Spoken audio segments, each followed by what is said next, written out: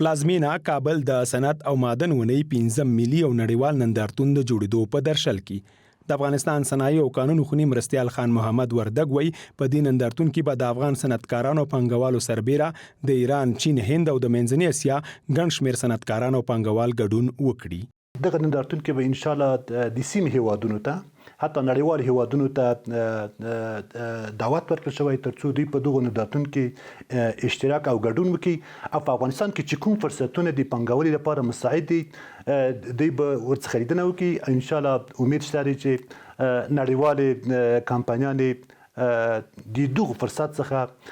استفاده وکړي په افغانستان کې پانګونه وکړي. د افغانستان نړیوال نندارتون مرکز رئیس محمد صابر لطیفي چې دغه جوړیدونکو ملي او نړیوال نندارتون کوربتوب په غاړه لري، هیلمند دی چې د صنعت او معدن په 15 ملي او نړیوال نندارتون کې به افغان صنعتکاران او پانګوال د کورنۍ شرکتونو او تولیدي کارخونو سربېره ګڼ بهرني تړونونه هم لاسلیک کړي. سږکال په دې چې زموږ او تاسو روابط آسیا میانه هیوادو سره، ایران سره، چین سره نورم پرمختګ کړی ده، نو